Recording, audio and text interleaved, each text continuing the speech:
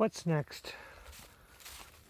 How about talk about hoarding? Not fear hoarding, which is happening in the grocery stores, which is actually getting better. I went to the store yesterday and I found there was a few items that, toilet paper, paper towels, napkins.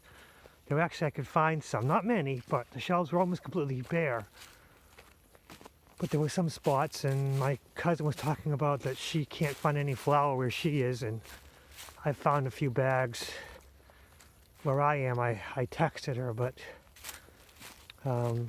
didn't get any reaction back, so maybe she's already gotten the flour she needs.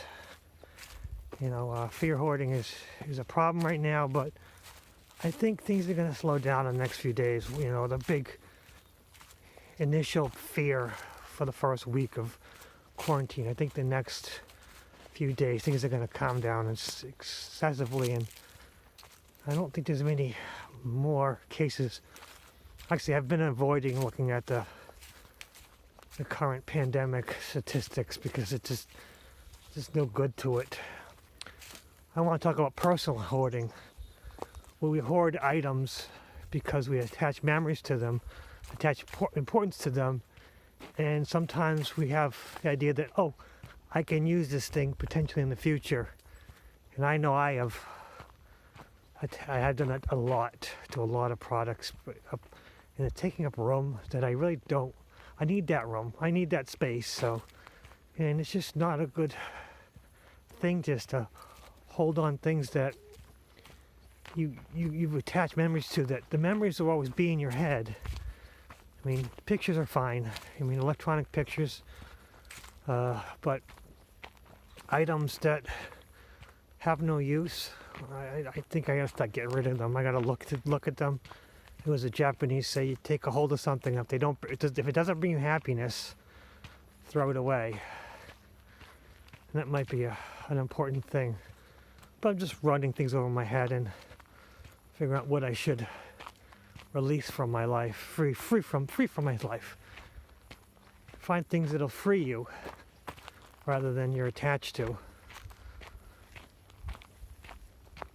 That's going to be since I have to work from home another week, I'm going to utilize this time between dealing with other people's problems. That's all my job is dealing with other people's problems. I'm just going to look around and see what I can remove from my life slowly, or think about it. And, it's not that I'm not going to do my work. It's just I'm going to do my work more efficiently, because people, rather than coming to my desk now, have to email me or text me or whatever they do to talk to me.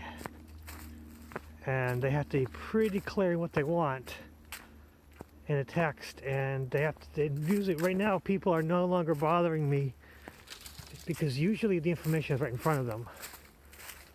So usually by the time they've written the email or the text, they've already figured out their problem and how to fix it themselves, rather than coming to me and having me try to figure out how to fix their problem. It's kind of weird that I've become like a crutch. My job is a crutch. Honestly, my job has no real purpose, because if people knew what they were doing and did their job right, I would have nothing to do.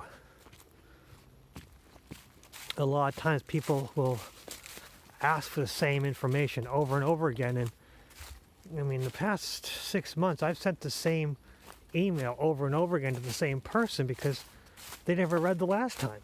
But they didn't need it. They had a question, I responded, and then they were, okay, fine. And then 3 months later they asked the same exact question. Nothing's changed, same information. And now people are gonna have to rely on their own intelligence at home rather than relying on their coworkers next door to them. So self-actualization, self-support. I think this coronavirus is going to help people realize that they have to start standing up for themselves, have to start working with themselves, start figuring things out for themselves, because they don't have anyone next to them, which is me. And, I do get nervous that someone's going to realize, wait, we really don't need this guy around when people really do their job. But it doesn't matter because I'm a consultant and I work for a consulting company that has already told me that no matter what this position ends, we got 3 more that we can put you in. Let them decide where you go, which is nice. It's nice when you have a reputation that people want you working with them. But a lot of times it's just so, I don't know, so wrenching, I don't know. My job is so boring at times that, I just look at information, understand it, and then go move forward. Something that takes someone else a week or so to do, I can figure out in a few hours and get done in a day or two. And it's just because I know where to focus the information. I know where to get the information. I know how to collect, organize, and set out. And that's so weird that I can take information and organize, but my own life with physical objects, I just tend to hoard them and put them, okay, I'll deal with that later, I guess that's the important thing, is just bring your intellectual self into the physical self together. Bring your emotional soul self and your physical self together. I think that's what's happening right now, that this quarantine is forcing us to realize, trying to materialize the spiritual self into the physical world. You try to materialize the physical self into the spiritual world. And keep the important things in your life that are important. And just jettison the things in your life that are not that important. Because it's a lot easier to say, I'll think about this later, than to deal with a memory that you might think is good, but might have something negative, so you want to hide it from yourself, and your subconscious is hiding it from you. Or maybe I'm just meandering in thought. Just saying, is hoarding is never a good thing.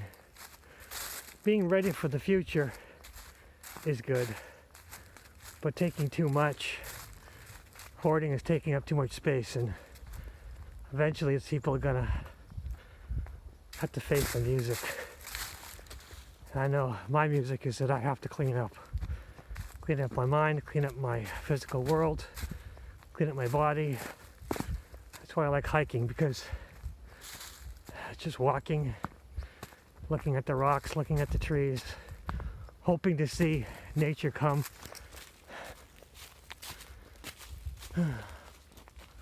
What's next?